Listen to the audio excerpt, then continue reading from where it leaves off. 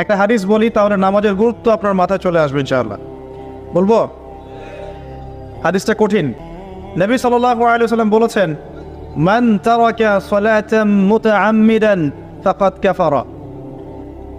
মান মানে যে কেউ, তারাকা মানে ছেড়ে দিল, ত্যাগ করলো, সালাতান মানে নামাজ, মুতাআম্মিদান মানে ইচ্ছাকৃতভাবে, ফাকাদ কাফারা সে ব্যক্তি কুফরি করলো। এই হাদিসটাকে আগে শুনেছেন? আলেম ওলামারা জানেন, কিন্তু আপনারা কি জানেন? মান তারাকা সালাতান মুতাআম্মিদান ফাকাদ কাফার, যে ব্যক্তি ইচ্ছাকৃতভাবে, বিনা ওজরে, কোনো ওজর নাই, ইচ্ছাকৃতভাবে নামাজ ছেড়ে দিল, ত্যাগ করলো, সে ব্যক্তি কুফরি করলো। এখন আপনি বলেন, কুফরি যে ব্যক্তি করে সে কি হয়? যদি আমরা ধরেও নেই সে মন থেকে নামাজ অস্বীকার করে না, অলসতা বশত পড়ে নাই, তারপরেও তো কাজটা ফাঁসা, তাই না কি? আচ্ছা, তো আজকের প্রথম নসিহত হচ্ছে 5 ওয়াক্ত নামাজ মৃত্যুর আগ পর্যন্ত কেউ ছাড়বেন না।